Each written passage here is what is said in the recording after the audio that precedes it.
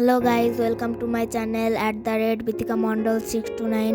তো চলে এসেছি যমুনা ও গঙ্গা নিয়ে একটি ছোট্ট ভিডিও। তো দেখো, তোমাদেরকে দেখায়। ওই দেখো, দূরে একটি লঞ্চ আসছে, কত যাত্রী যাওয়া আসা করছে। আমাদের লঞ্চটা এখনো ছাড়েনি, তো তোমরা দেখতে থাকো।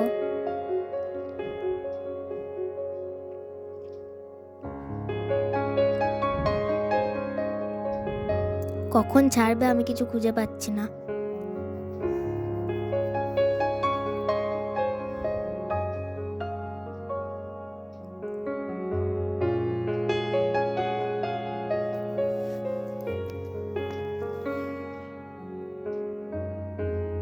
ওই লঞ্চটা প্রায় চলে এসেছে কাছাকাছি।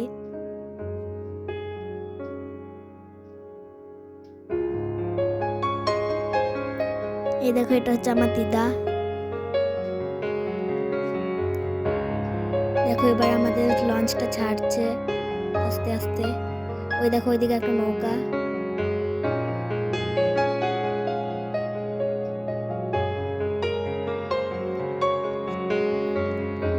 হাই।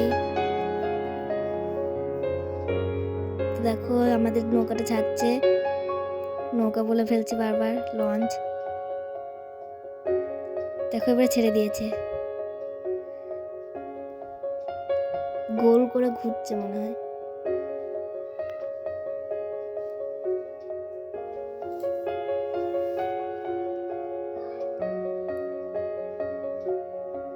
সবাই পয়সা ছুটছে। ওই দেখো, আর একটা লঞ্চ যাচ্ছে।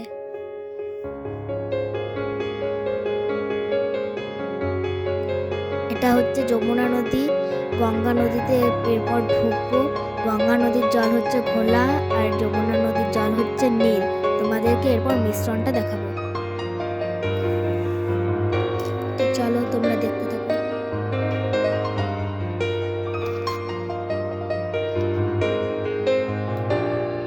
এখনো যমুনা নদীতে আছি, এরপর গঙ্গা নদীতে ঢুকবো।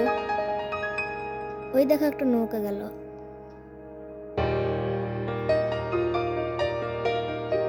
এরপর দেখো, গঙ্গা নদীতে ঢুকতে আর একটু বাকি।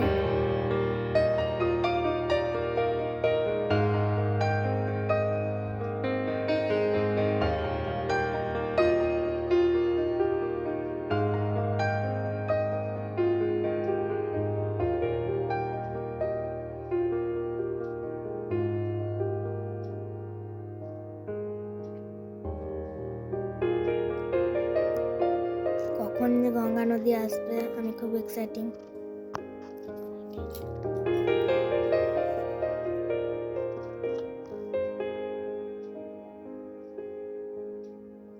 ওই দেখো, কচুরি পানা।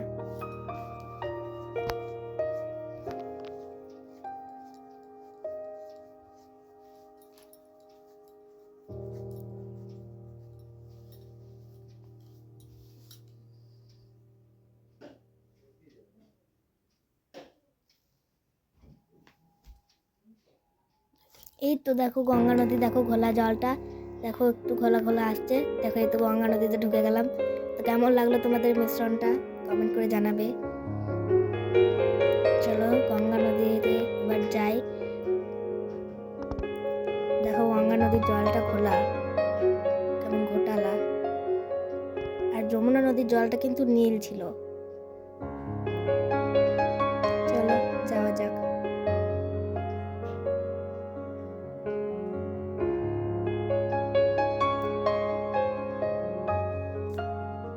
তোমাদেরকে বলাই হয়নি আমরা কোথায় যাচ্ছি। আমরা মায়াপুরে এসেছিলাম, এবার নবদ্বীপে যাচ্ছি। তো নবদ্বীপে, মায়াপুর, এই জায়গাগুলো কে কে ঘুরে এসেছো অবশ্যই কমেন্ট করো। এই গঙ্গা ও যমুনা নদী পেরিয়ে মায়াপুর থেকে নবদ্বীপ যেতে হয়। লঞ্চে কিংবা বোটে করে যেতে হয়।